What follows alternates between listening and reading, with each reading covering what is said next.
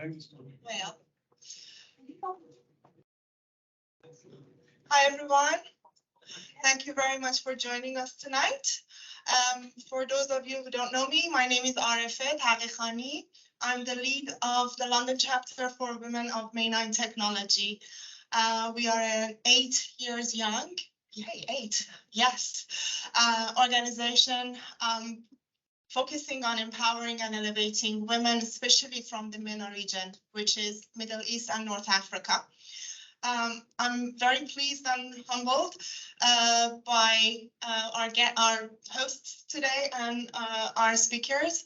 I don't have much updates on the organization, but by all means, go to our website, check out our other events, and hopefully we will see you soon again in another event. I'm going to pass to Kirsty from Baringa now. Thanks. Nice to see everyone here tonight. Super excited for the rest of the evening to play out. My name is Kirsty Thompson. I work as part of the technology team here at Baringa. If you're not familiar with us, we're a management consulting company. We work across a variety of different industries. I work in what we call our capabilities in technology. One of the things that I love most about this company is that we really do put people at the heart of everything that we do, which makes us able to host incredible events like this, and really focus on some of the diversity inclusion initiatives that are so important. So I'd like to say a massive thank you to Arifet, who has been a driving force in putting this evening together, as well as some of the other people from Baringa and the volunteers here as well. If you'd like to hear anything more about the company, come find. There's a few of us here that you can ask any questions to. But without further ado, I'll hand over to Orla and the rest of the panel, and excited to hear what you guys have got to discuss. And yeah, welcome everybody. Yeah, we're really thrilled to host you guys here today, and really excited about the work that this network's doing, and it, really chimes in a lot of our values and things that we care about here at Baringa. I guess it's a really interesting topic. I guess I'll just do a quick introduction for myself, and then I'll pass on so we can do some quick introductions across the panel. And then we'll move into the debate, and I'll ask a small number of questions, and then we'll have a Q&A at the end and some time to do a bit more networking at the back end as well. So, but for myself, I guess to start with, I'm not a MENA lady. My background, I was born in London. I'm actually Irish by my family. And I've probably grown up in quite a lot of male-dominated environments. I mean, I was thinking about this earlier, that probably from the age of 14, I was quite nerdy at school, so I did double maths and triple science, CBT, and all these kinds of things. And most of mine, then I did a physics degree and a physics master's, and then I started as a systems engineer at BT and stayed in technology my whole career. So I guess I'm quite well conditioned to it. So I'm not sure if I'm probably that, I've learned to deal with it like probably quite well, or I don't notice it so much. So I really try and work a bit harder and I'm quite excited at some of the work that we've done in recent years to focus not only on diversity, but also inclusion. So because there's just, it's not just about representation, it's how you feel when you're in the room.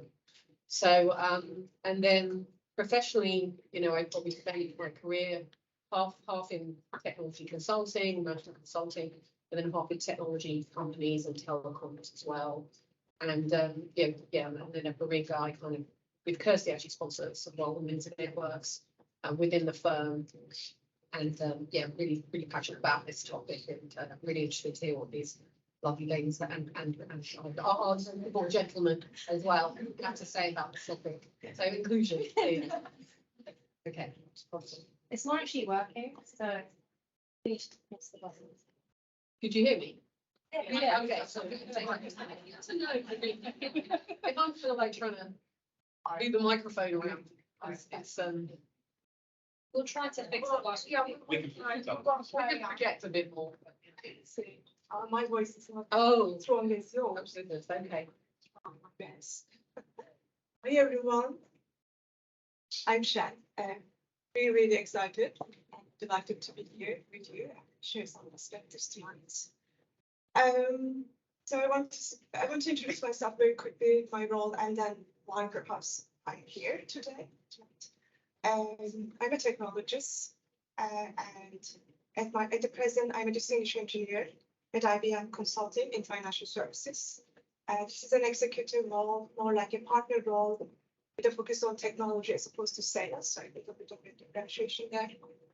So in my current job, in my day job as a chief technology officer, I lead teams of our clients in banking and financial market infrastructure, such as Bank of England, London Metal Exchange. We have them in their digital transformations. An example of that would be, referring to my own work, is replacement of critical national infrastructure like RTGS system, where every single UK payment goes here, or actually assessing what TSB Bank could have done better after the IT meltdown, the big cycle meltdown back in 2008. These are beyond his business responsibilities, and I also spent quite some time in inventory, in doing some talks or educational, selecting our next generation of distinguished engineers, and so on. So I thought perhaps there are three things why I could be relevant to you and to this discussion tonight. Firstly, my formation, my origins, and perhaps my career. On the origins, actually, I'm not Iranian, but I'm from Turkey, born and bred in Turkey. However, I have spent most of my adult life abroad, and that was an original plan. Quite honestly, I never thought of being abroad, but fast forward to 28 years now, I'm abroad. So I left when I was 22. I don't want to give the age, but you can make the bets. I'm here now. I lived and worked in the United States to begin with, then France, and finally I'm in the UK now. I would say all of those experiences, of course, shaped who I have become. So I don't know if I'm really Turkish or I am, you know what. Second thing is for my formation. I studied in engineering. I did my degrees in computer engineering. I chose that field because I thought it would combine creativity with analytical thinking. That's what I thought, and I think that thought still goes on, and I still believe so. And I'm happy to say I am in this field, working in this field for about 30 years now, and I think I will continue doing so. And thirdly, my career, I would say it was a varied career, always in IT, but actually doing different aspects of it. You may say, well, does it matter? I feel in a way, especially for those of you younger, it does help in consulting job. It gives you that broad experiences and well-known profile, which gives me the confidence, quite frankly. It's a quite male-dominated field, and without those experiences, I don't think I would have a very strong voice, and I do have a strong voice. Not in this type of setup, but in the job I do. So broad experience, what do I mean with that? I have started my career in research, in academia, and then I did product development, working for two telcos to begin with, and then for a San Francisco startup. From there, I did develop a software with teams, of course, that was shipped into the aircraft in defense, and finally I was in visual services. Why does it matter? Quite frankly, 2 seconds. Yes, I think the last time.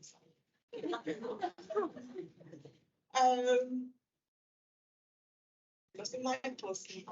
Sorry, the reason why. Oh, that was it. That was the career. But basically, I strongly believe that in order to be that leader at the top, confident leader at the top, I think you have to be going through the trenches yourself.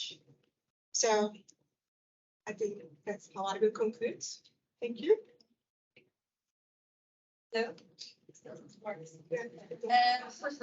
I'm Zahra. I'm here for to learn as well.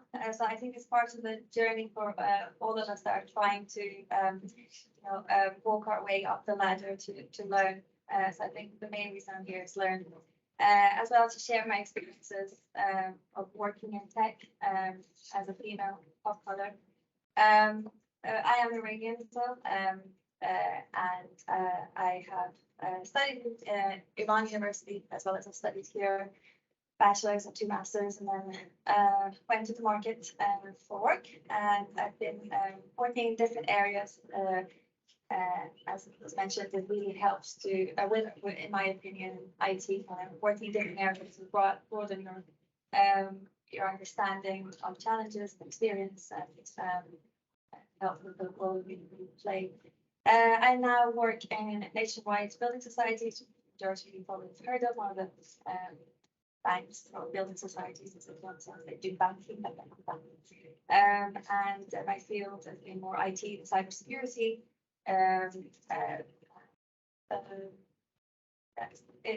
Was I just the introduction? Yes. You want to hold this? Hi everyone, my name is Sahar. I'm also Iranian. I left Iran 15 years ago and studied, lived and worked in 4 different countries since. Have been moving around Europe quite a lot. Learned a few new languages on the way and new skills, changed jobs multiple times, but always worked in the field of digital transformation consulting until 2018, when I met my co-founder and I decided that I wanted to start my own thing. And we co-founded a startup which was an AI-based systematic hedge fund, and sold it 3 years later to AllianceBernstein, which is an asset manager listed in the US. And now we are both, it's been just a year. It was our anniversary in April. And since I joined the first big corporate that I work at, definitely very different from everything else that I've done so far. But also in the sense that I chose finance, not because it was sexy or fashionable or pays well. It was because I noticed that not only the whole industry is not only very exclusive to men, it's also very exclusive, period. If you do not come from the same background and you do not have the same resume as everyone else in the industry, you're really not welcome. And this is by construction and this is by design. And that's what I wanted to prove to myself first, to my very patient partner and my parents, that I could do this. And obviously, like, I haven't done much, but the fact that this came to fruition and I could actually sell my company to a big asset manager. And now I hold the role. I am a co-CIO of one of the funds at AB, and I'm a senior vice president. I do have a say in the company in terms of selection of people, in terms of the team that I choose for myself, and also I'm part of the senior leadership women in the company that actually try to do some work. So I will share some of that with you guys today, what we've done, what has been done before I joined, and what I think is actually useful, what is not. This whole topic is absolutely beyond close to my heart, and it's not because of where I am and because of what I do, because I think we are far from being done, but still we have a voice. I come from a country that millions of women and girls are deprived of their basic rights. So we have a very, very long way to go. And I'm doing whatever I can to help that. And I really think that the first step is always acknowledgement and understanding of what we don't know. So very much also looking forward to learning more. Thank you. I'm scared. So as has been eloquently pointed out, I'm not a woman in MENA. I'm really privileged to be asked to be here, and I really hope I can add something to the conversation, but you can judge that as we go through. So I'm Abdi Azimi. I am a partner in Baringa. I've been here for just over 4 years, I think, Orla. It's been quite an emotional 4 years because I joined and then we had COVID, and I've almost got lost in the last 4 years. So I was born in Iran.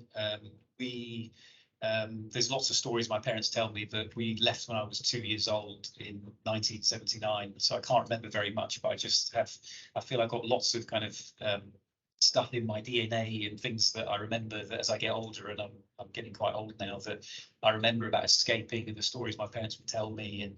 And you know, English wasn't my first language, and I had lots of struggles coming into straight from Tehran to Ealing, and I still live in Ealing, so I'm very loyal. But really just that journey of being an outsider and struggling in a society that I didn't really understand. And I guess there are some parallels in terms of insider, outsider, which I'd love to talk about in some of the stories. In Baringa, I guess I've been the ethnic diversity lead for the last couple of years, where we've made some great strides. Baringa's an amazing company. It creates the platform for us to do some fantastic things like this event. And I guess I've had a 25-year history in, you could call it technology. I studied engineering. I was a terrible engineer.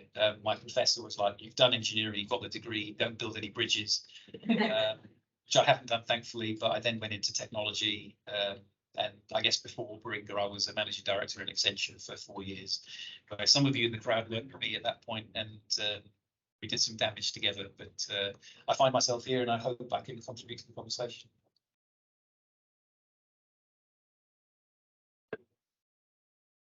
Yes.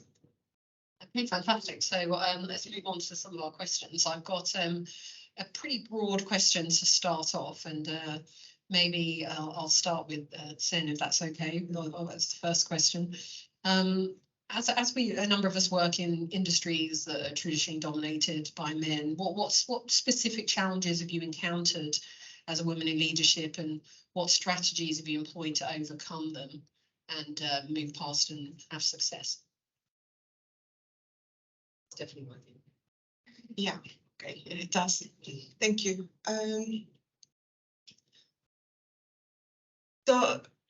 So one thing I didn't say is actually I become a distinguished ranger. I'm the only female distinguished ranger in the UK, in IBM business right now.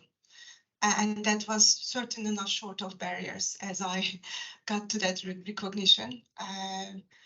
So the barriers I face, in my opinion, one of them is I think it was hard for people to recognize people could be different styles, especially I thought I came across that much more in the UK than my time in the US or even in France, I have to say. So that was odd in a way. And I think I could see that there was the boys club there for sure. And also in consulting, often it's all about the numbers, the sales you bring, and that I could also see that if you have chosen a technical path, you know, it is even harder. It's harder to begin with, but it's harder for a woman, and it's even harder, I think, for a non-British woman, I thought. I didn't think my MENA aspect came out, but it was more about being different. That was certainly one. I was doing the job that is required for that level. I was given the responsibility. I was not given the recognition. Yeah, so that was, I think it took us about 2-3 years to get the recognition after going through the UK hurdle. After that, it was a very smooth journey because it's a very long process. You go through a lot of, I would say, things you have to demonstrate and prove. And I've been, when I failed, for instance, once, and everyone's seen it as a sure game because I was doing the most important FSS program, leading it, etc. They weren't giving it to other Ds, but to me, a level below. I learned that it was because I was too direct, and I was opinionated, and I knew that it wasn't true. It wasn't about that, there was something else. So the tactics, important. I was not one person, I can speak like this, but I'm actually don't like it. I don't do self-lobbying and telling people that time has come. So for me, one of the ways to deal with this is to understand the game. I think I would recommend, I would tell it to my mentees, like, it's good to know the game, what takes you to be recognized, or given that you are doing the relevant job, I mean, you're at the maturity required. doing a good job. All of them is required for sure. And quite frankly, I wouldn't expect male or female distinction. I would want to be in the table because of my skills, not because of my diversity card.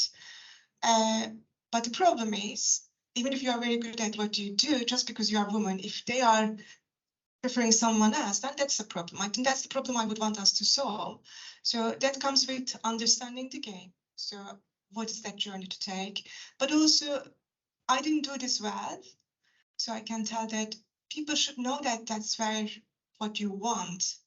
And I haven't told this, and it cost me a year, because in the financial services, my ticket was given to someone, and I was like, the reason I failed, they said directness, but it was more like I didn't have the ticket because the ticket was given to someone in public sector to do a FSS job, and he couldn't do it, of course. But that was like, I think the sector leader didn't even know I was going through that process. So in a way, partly perhaps my fault, but I would say so strongly, our culture is different. We are, at least in my case, if we do the job, everyone will recognize, but actually you need to understand the setup, the context you are working in, what that culture is about. In our case, in the UK at least, people say, I'm ready now and you should consider me. And for me, this is self-promotion, and I cannot do it because of my cultural upbringing. But I think you need to understand the context you're working in, and you need to do adjustments. So I tackled it next year, the following year, but the 1 year was passed because I failed to do that. And also, it's always business. We should not forget that it's your contributions. And the way I also tackled this was reminding people, it's okay, reminding people my contributions. And then it was a very simple game. So at that point, if your organization makes a distinction between your profile versus another profile, ignoring what you bring to the table, to the business, then I think there is a problem, and you may fight it or you may not choose to fight it. I would say it's sometimes best not to fight, but I think at the end of the day, most organizations are interested in your contributions. If you are good, then I think that's a long way to address the problem. And I find most of the women are pretty good. If they are in a position, they got there harder than most men. And I always remind myself this. And I think most of our senior leadership do know that too. Thank you. Who else would like to answer that? If so. My point of view, I think for me was a shock to at one point to realize there is actually a difference.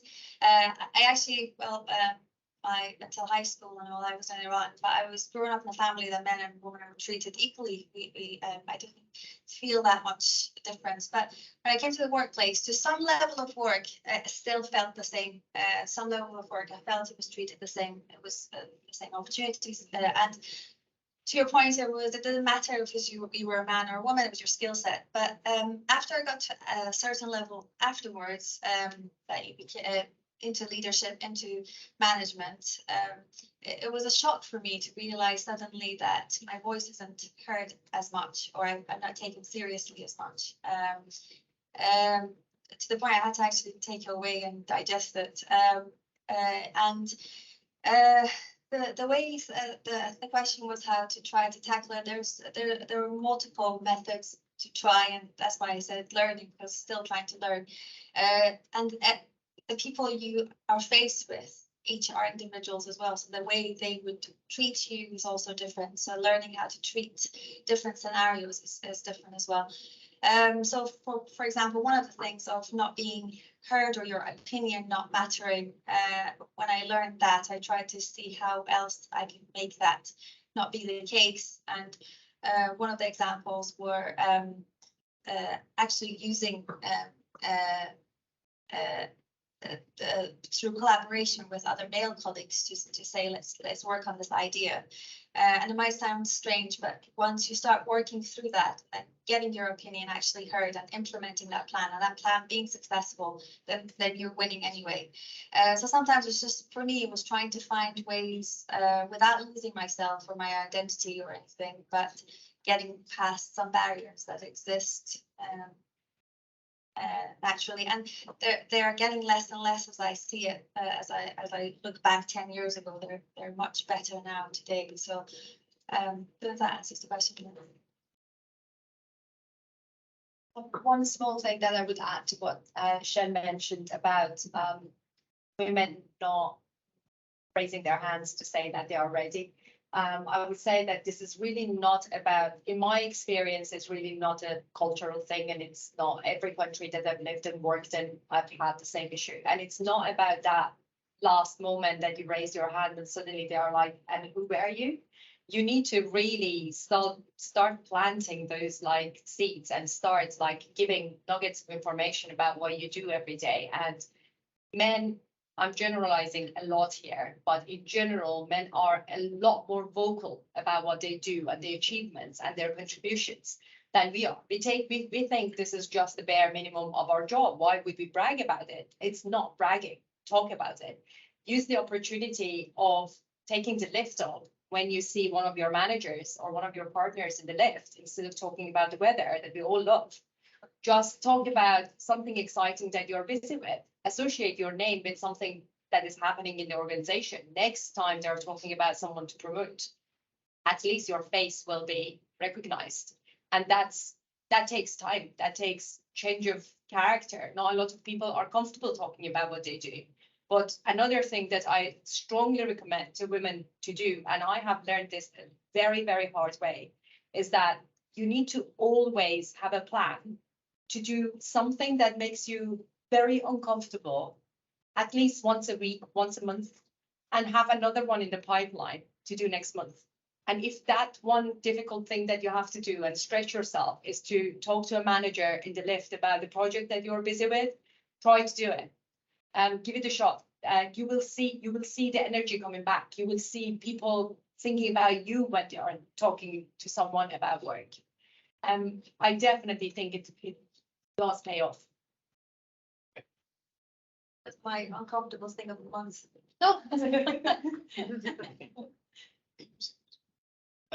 I've got maybe a couple of insights that might be helpful. So one, personally, my wife recently got promoted to director at PwC, having sat as an SM for 6 years. And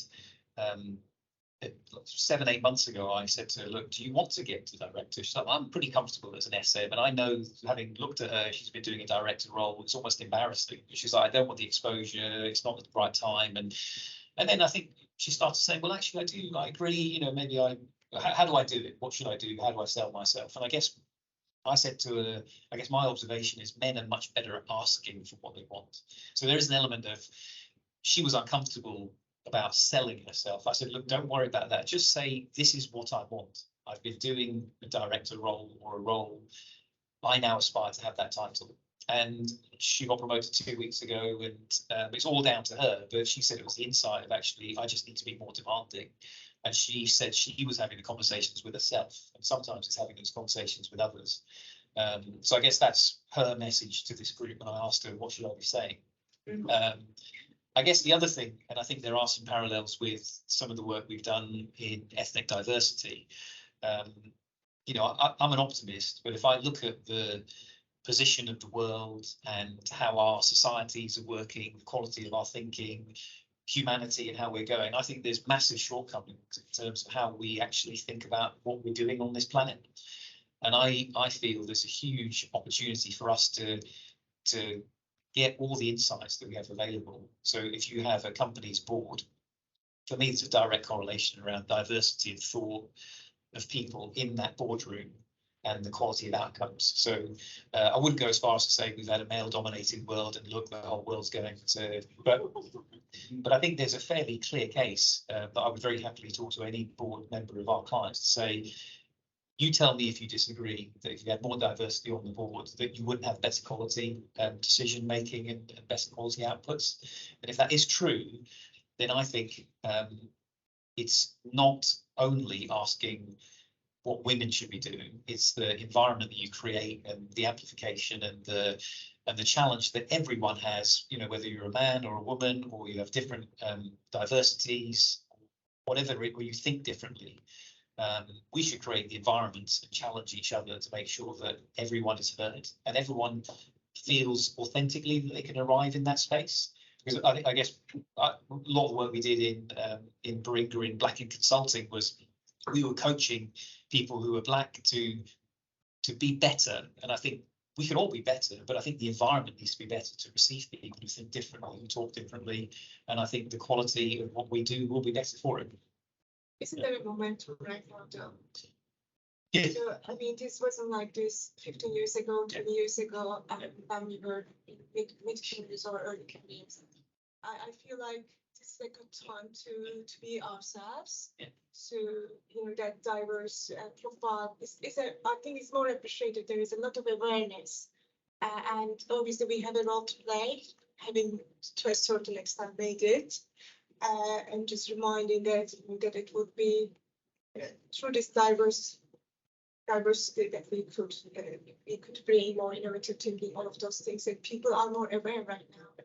But I also believe that we need to continue having the support of our communities. It's not that we cannot just do this alone. Thank you. I'll just move on to another question now, because I'm try and get through as many of these as possible. But this one's a little bit linked to the first question, but it's more focused on the strategies. So what kind of strategies and initiatives can organisations implement to foster gender diversity, cultivate inclusion, and support the advancement of women into leadership positions? So it's a little bit more specific around your actual business intent. And just speaking briefly about sort of some of the things that I've seen work quite well, talking about men's roles in supporting diversity and inclusion. Within our technology practice this year, we ran a really interesting allyship program where we had discussions around with our men in the team, but led by the women in our team, around what it's like to be the only woman in the room, or to be talked over, or we had certain themes, or female related health issues, just to kind of almost myth bust or explain some of these topics in a kind of safe environment. We created kind of little cluster groups that developed quite a good level of trust, so the guys could say, oh, I never really knew how to ask about the menopause or periods or whatever, and they're line managers or they're managing teams, and these are important things that they need to be able to talk about and not shy away from, as well as understand and empathize that if a woman walks in a dress and high heels or whatever, and like into a room full of suits, and she's quite short and they're all tall, and there's just the kind of physical level of how that makes you feel as a bit of a lone wolf walking into that environment. So I think certain initiatives like that can create a nice reaching out to our male counterparts, but like actually creating a trusting environment so they feel that more relaxed about talking about some of those topics as well. So those are, sorry, I have it on good authority. I'm allowed to share my opinions on some of these questions occasionally. I won't do it on all of them, I promise. But so anyway, quick recap. So strategies and initiatives that organisations can implement to foster diversity and inclusion and advancement. So I'm going to suggest Sahar, do you want to start with this one? The first thing that I think every organization needs to start to understand that is required is transparency. I think transparency has, in two ways, is advantageous for the organization and for us as women.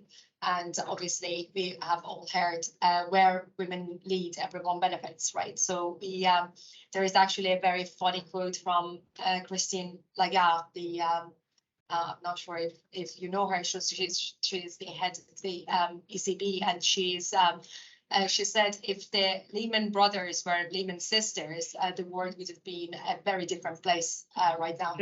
And I totally believe her. So what I mean by transparency is in two folds. The first thing is I really believe that in terms of promotions, in terms of bonuses, in terms of any sort of development and improvement in the company, there should be a very, very clear and transparent framework. And we are all biased. I have called myself numerous times, and I'm a like absolute advocate of this cause. And I've called myself so many times.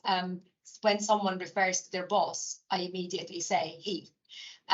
So we are all biased, and in order to keep these biases out of the practice, we need to leave as little room as possible for these biases. Obviously, all the self-reflection and work that you do on yourself, it's the starting point, but there should be literally no room for these interpretations or judgment calls or personal decisions. And that comes with clear and transparent frameworks that hardly ever existed in numerous organizations that I have worked in different countries, in different sectors, much less so in finance, much less so in finance.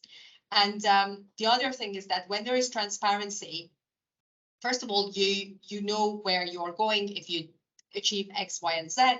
And the other thing is that you basically have the power of knowledge. You have the power of information. Information is power. When there is, and when the company has to put all of this information out there, they have to publish it. Suddenly there is this very strong confrontation that happens. Like I shared that before with the group here. At AllianceBernstein in the UK entity, we are not obliged to publish our gender gap pay gap reports. But in the US, we are obliged to do it. They did it obviously in the US, they ran it in Europe, and very proudly said, yeah, we are going to publish it before they saw the results. They saw the results, it got, I don't know where it's buried now, burned somewhere, too embarrassed to publish it. And that is very true, that now they have actually started taking action. Even if they didn't have to publish it because they really couldn't. If the government starts making this obligatory, then it's not only about the pay gap, it's about all the other opportunities that we get. If it's about women on the board, Shen mentioned that she didn't want to be seated at that board table because she's a woman of color. I would very, very comfortably take that ticket. I am a woman of color. I have had my own set of battles and problems, and I have fought very, very hard. So I don't think having some privilege at some point, when we are so unequal at this point, is a bad thing. It's really not fair to try to pretend that we are in a fair playing ground. We are not, and we do need that push, and we do need that quota, and we do need that guidelines from the regulator in order to have at least a fair start. I agree 100% with what you said, by the way, and I can't say it better than you, but just to recognise I agree. I guess it's some of the dimensions for me, there's definitely something around education and discussion on this that I sometimes worry with things like this or ethnicity. There's a bow wave of conversation, then it goes quiet. And I think it's maybe not just an organizational policy thing, but we need to continue the discussion and the education. You know, my daughter is almost 15 and she asked me what we're doing, and I want to be able to say to her, we're doing things now, we'll do stuff in the future. And it's just an ongoing, I think, an education and awareness, because I feel most people want to do the right thing, but they need to be guided on what that right thing is. So I think there's definitely things there, but I also feel that there are, and I hear stories I don't want to hear, both in terms of gender and ethnicity, that make me despair. And I think that we also need to make sure we lean into reducing our tolerance for things that we just don't accept, and the consequences of things that we don't accept. And I'm sure everyone here's heard stories about things like a female goes out on a night out and the things that she has to tolerate in order to progress her career. And I think we just need to have a zero tolerance to that, because I think if we let some of those things go, one thing we let go, we lose 10 years worth of progress on the things we're trying to do in a soft and almost a collaborative way. So I feel, whether it's men or women, but we just need to call things out. Because I have to say, I feel in 2023, some of the things I hear are just not acceptable. They never have been acceptable. But do we feel bold enough to call it out, whether you're a man or a woman, whether you're senior or a new analyst? And I think that's really important. And I guess the organizational leadership has to give you, has to provide the context for you to do that. So I think those two things for me are quite good.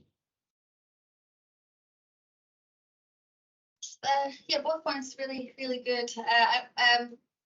Education and making it clear and legal and lawful and all that is really important. And as part of the education, I think everyone's on a journey, and sometimes even in trying to get it right, they get it worse. So, like, for example, I was put on a woman in leadership program. Nominated, selected, shortlisted, whatever, and it was part of their attempt to help with all of this. But every one of us that went on there, we were unhappy. Why were we selected as women in leadership? Why weren't we selected as leadership that needed improvement? And as part of that environment, and to your point, a lot of men do like to learn. A lot of times it's unconscious. Genuinely, they don't know that they're doing something wrong. So it's part of education. Mistakes do happen like this, but it's even just attempting or trying is good. The other thing that, for example, my company tried to do to help with that was diverse interview panel. Again, it's very important because, again, I've been on many interview panels where I witnessed that the things they talk about is cultural. They would say, for example, he or she, too quiet or too agreeable, and I know that culture comes with that. It's not that person. So I would say culturally that's a thing. It wasn't his. So it's really important to have that, but sometimes they get it wrong. They invite you to the panel because you're a woman, and when you know that, it doesn't feel right, because I want to be there because of my skill set, not because I'm just ticking a box. So if the education, they understand, is not just a tick box activity, but is a way to bring everyone on board and educate men and women on it is really important. But we have to accept that sometimes they get it wrong, or we get it wrong. But yeah. Maybe a few examples from what IBM is doing in this space. Just a few examples, but yeah, I think very much aligned to all the things you say. Unconscious bias is something, we all have, for sure. So we do have it. Basically, there's a reminder of, the unconscious bias, awareness. We have it as part of many of our leadership get-togethers. But also before the promotion panels, typically, the review board members would be given this education again and again, because I think very quickly we forget things. So that's something we do.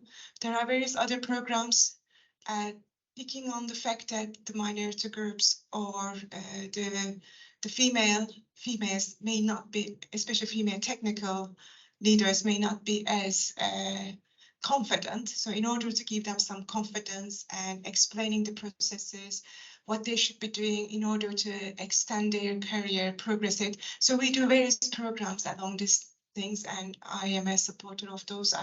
As part of it, I have a formal mentor role, not just me, many of us. So it is a kind of a community thing. And when I think the kind of message we are trying to give is, when we select you to do such programs, that means that we are behind you. And we would like to make sure that, you understand the game. And it's still your call how much you want to progress, but know that, the company is behind you. And then, of course, we cannot stop it there. The people need to get the responsibilities. We need to give them the responsibilities, and they deliver to those. And that's only when we can grow our skills. And that, in that sense, if we make discrimination among male and female, I think that will be quite a big problem. So. Thank you. Okay, let's move on to the third question. So this one moves on a little bit onto how can we actively challenge or reshape unconscious biases and stereotypes that impede the process of women in male-dominated fields, and what roles can women and men play in this transformative process? So it's about challenging, reshaping unconscious biases, stereotypes. I mean, for me, this is a really interesting one, particularly in a male-dominated environment, because I think when you're the only woman in the room, you're supposed to represent all womankind, and so you almost have to conform to whatever an archetype of a woman is probably based on their mother or their wife or whatever, you know, like how women behave. And you know, we're all unusual, and you know, we're all unique, right? So and that's quite tricky. And I've noticed that where I've worked in more kind of diverse environments where there's just more of a critical mass of women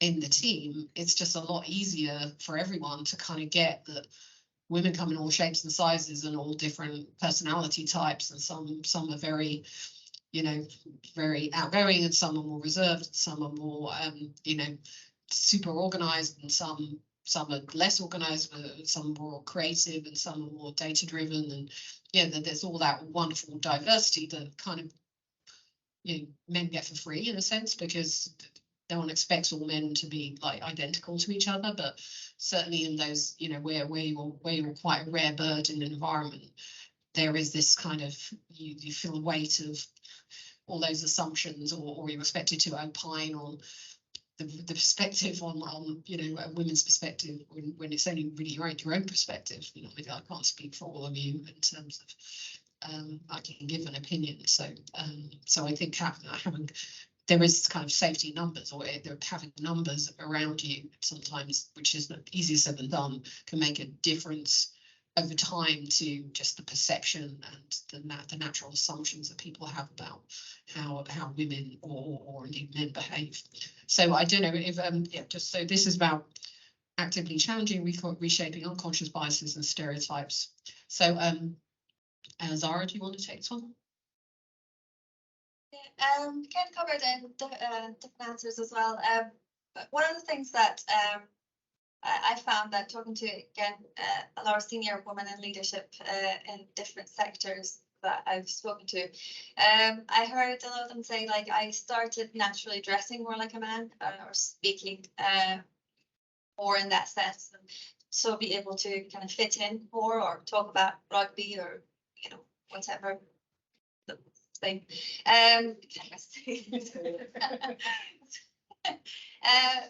For me personally, I've tried to keep as much as my personality that I knew I had, and it's sometimes hard because, again, I found it as a woman, if being bubbly, or to, you know, making jokes at appropriate times, or whatever, you were taken less serious than my male equivalents were. So I don't know whether it's worked or not, or maybe it's been harder to prove the point I'm making.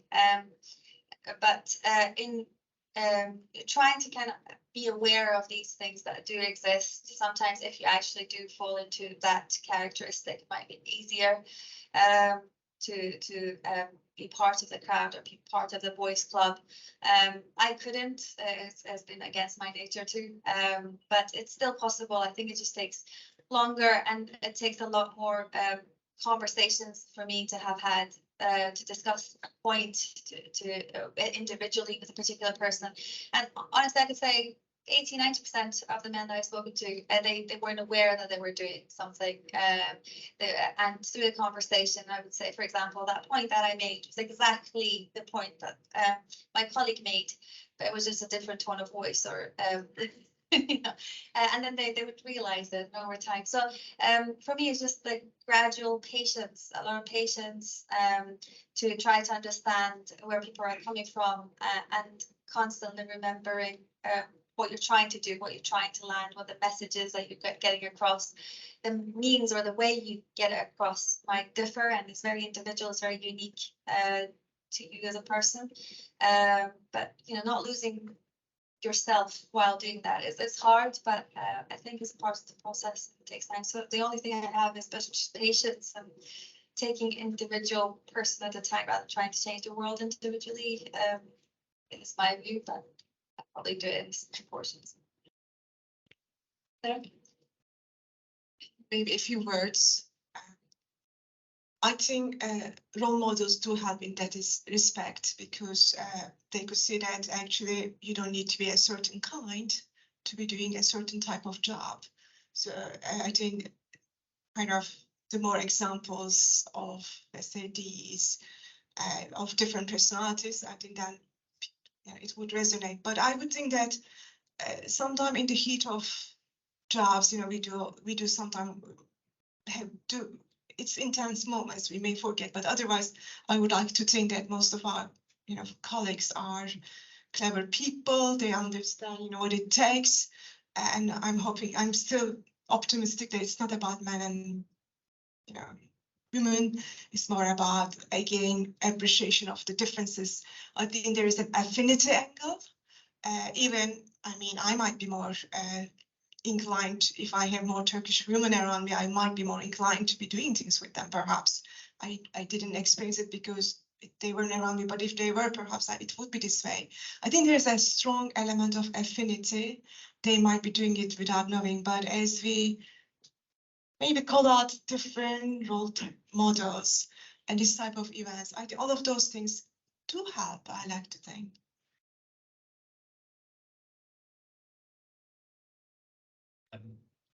I think I'm a huge fan of academic and research and explaining and talking and discussing. I also feel something that we've done in Baringa that I think is really powerful is in the moment, what do you do?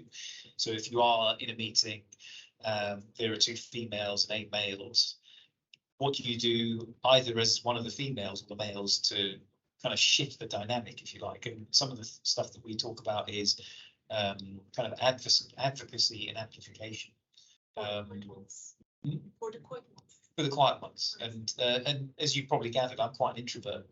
And in some meetings, I find we're so attuned to it. I look like this, and I know someone's going to advocate for me and say, Abdi, you have a point. Do you want to put it on the table? And I wouldn't have put that point on the table if that person hadn't been attuned to me. And I think we can do a lot in the moment to just sense how people are feeling and to say, I think you have a point, or you've said something, I really agree. And often I think if a female says something, sometimes there's quite a lot of silence. And I think the female may be feeling, well, no one's agreed with me, therefore did I say the right thing or the wrong thing? Sometimes men don't actually think that way. So I said something is absolutely fantastic because I said it. I think there is something about kind of amplifying that piece. And then sometimes there's a bit of a channel shift where I hate cricket, for example. And if there's a bunch of people talking about cricket, I'd really appreciate it if someone says, well, Abdi, what did you do over the weekend? I could say, well, I did some Iranian dancing, which I obviously didn't do, but just create it slightly different by myself.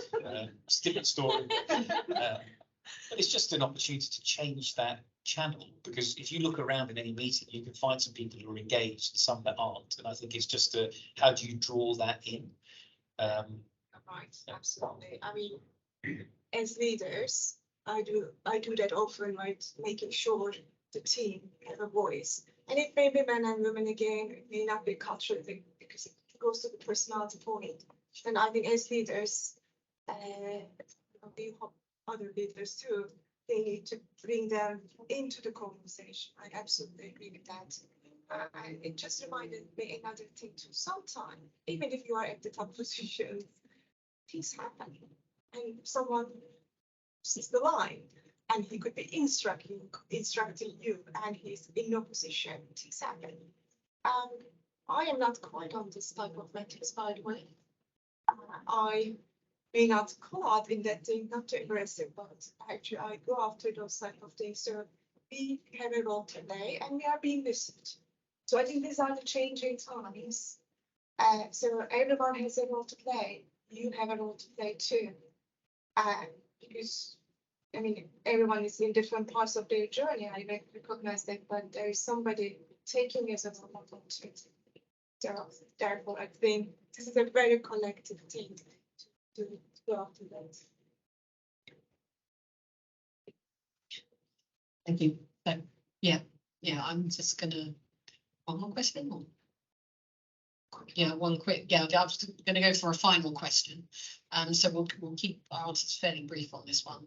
So it's hopefully you can answer this one quite quickly. So and then we'll open it up to Q&A. So have a think about what you've heard, and if you have some questions that you want to raise, because we'll be coming straight back to you. But this one would be, if you have one piece of advice for women aspiring to leadership positions in male-dominated industries, what would that be? So wants to take this one over? I don't know, just trying to spread it around. But I do feel quite sensitive to a male giving advice to females. So maybe I think the one thing that comes to mind, I think, is don't feel you've got to conquer it on your own. It might feel isolating, but I don't think anything is really fixed as you as one person. And I do often see females trying to fix a whole bunch of things on their own, and I think it's almost impossible. You should be very brave in terms of seeking help and expecting help, and not apologizing for getting help. I guess not seeing it as a weakness. I would go with one thing that I have suffered from a lot, and that's imposter syndrome. Next time when you are in a room around a table that you believe that you don't deserve to be there, just look around, think deeply about every single person who's sitting there, and reassure yourself over and over again that you belong to that room at least as much as everyone else around that table. And if you keep on reminding yourself that, then that day will come that you actually own that room. You don't doubt yourself, you speak up for yourself, you call out on other people's biases or process of the lines of assertiveness. So definitely that's where it starts. That's and then getting a very good male ally. We are generally speaking better advocates of other women than we are of ourselves.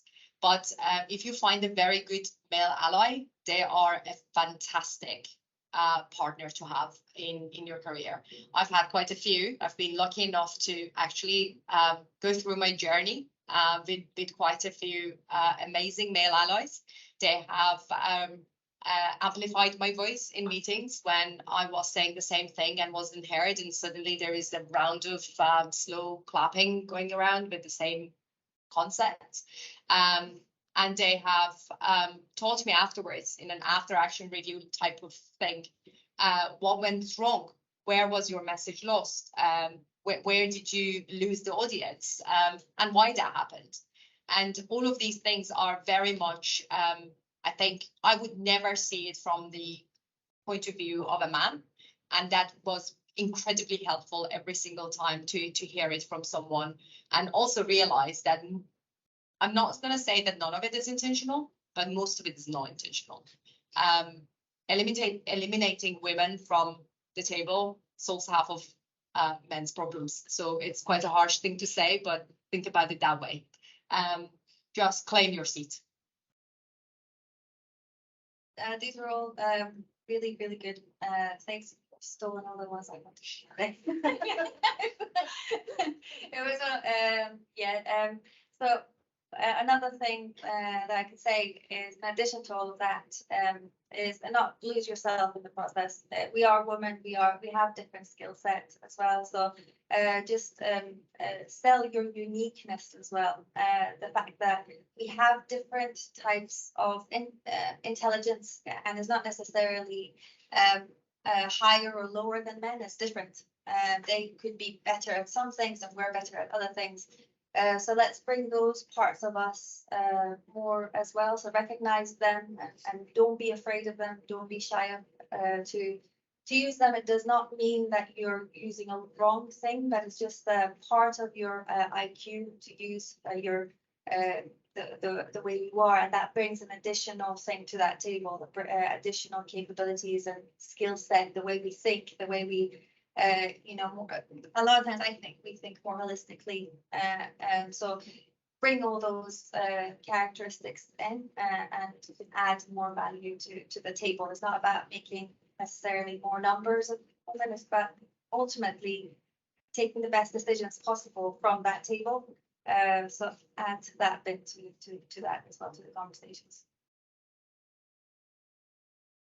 On top of all of those, I would say be confident, take initiative, and raise your hands. As you do things, as you add skills to your portfolio, then you become stronger.